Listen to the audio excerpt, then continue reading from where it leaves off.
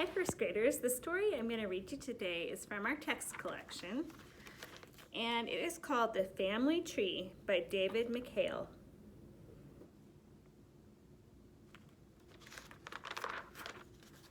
Many years ago, a young man came to the wilderness to start a new life.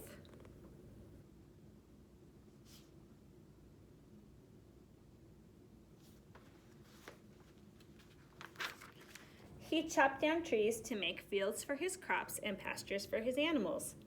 But he left one tree standing. It would provide shade for his house during the long, hot summers and act as a buffer against the chilly winter winds.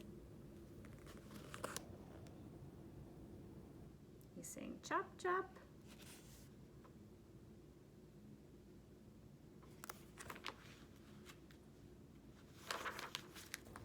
The man used the logs to make boards and beams for his house and barns.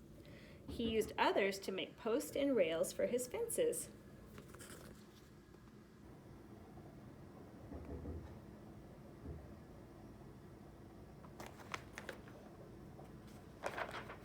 He and his oxen removed the tree stumps and dragged them to the edges of the fields.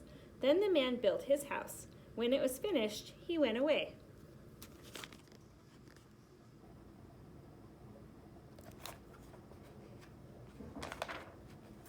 Weeks later, he returned with his wife.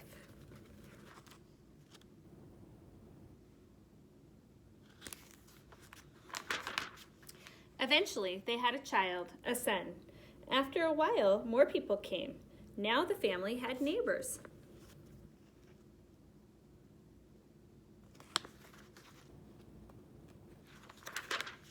Years passed. The man grew old. His son took over the running of the farm, and he had a son of his own to help him.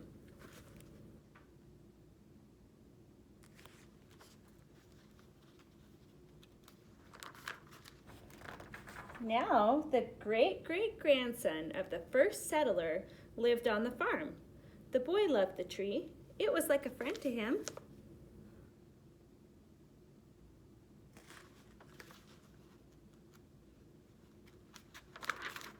One day, workers came to widen the road to make room for more cars and more trucks. The tree was in the way. It would have to come down.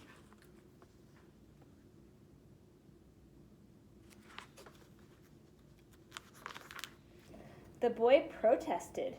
He stood between the workers and the tree and would not budge.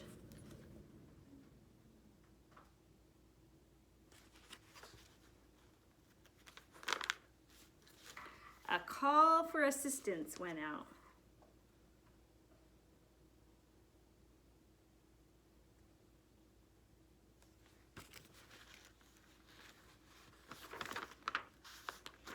The boy and his dog were not alone. And in the bubble there it says, not this tree. So when he called for assistance, that means he called for help. Who do you think he called for help? Do you think maybe it was the animals? Okay, here's what we can do. The workers huddled. They devised a new plan, one that would work for everyone.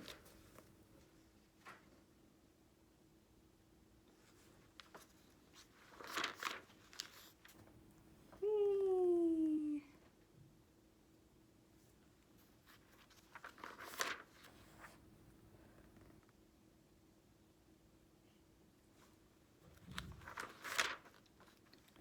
Beep, beep.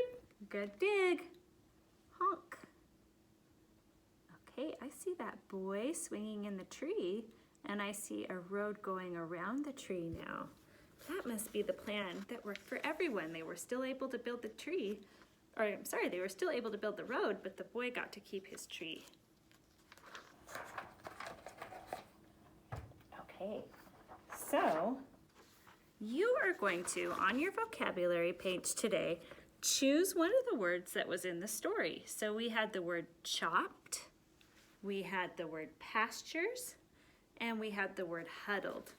Let's look back at our book to find those words, to think about how we could use them in a sentence. So it said here, the man chopped down the trees to make fields for his crops and pastures for his animals. So to chop something down, chop is an action you use to cut something down.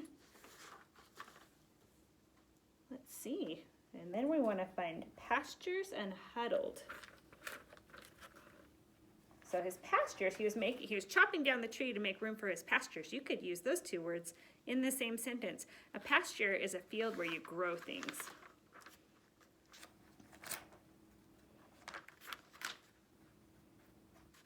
And I'm going back through the story to find that word huddled. That's what good readers do when they're looking for a word in a story. And I think I remember what page that was on. I think it was the one with the animals. Let's see.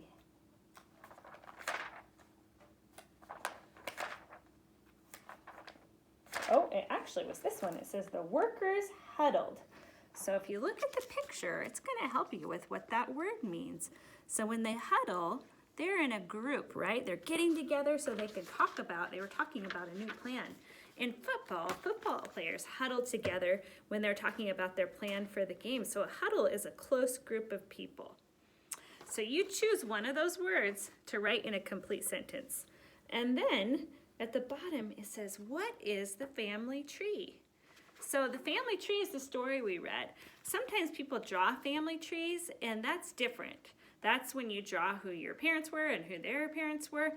This family tree was the tree in the story that was in this family for generations. Remember, the pioneer started it when he settled and came to the wilderness to start a new life.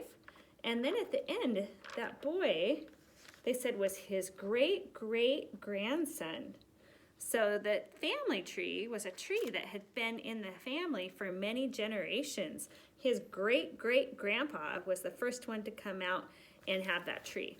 So you could write about how the family tree was in the family for many generations. You could use that word, or you could say the family tree had been in the family for a long time since the great-great-grandpa came out into the wilderness. Or you could say something like the family tree was saved by the grandson when some people wanted to make a road and chop the tree down. You think about how you could use those words in a complete sentence, and make sure you start with a capital letter. I saw some writing come back to school that did not have capital letters. Make sure you end with a period. Nice, neat end of first grade handwriting and finger spaces between words, and read it back to yourself and make sure it makes sense. You could have a grown-up look over it and see if there's anything you need to fix. That's what good writers do. All right, good luck.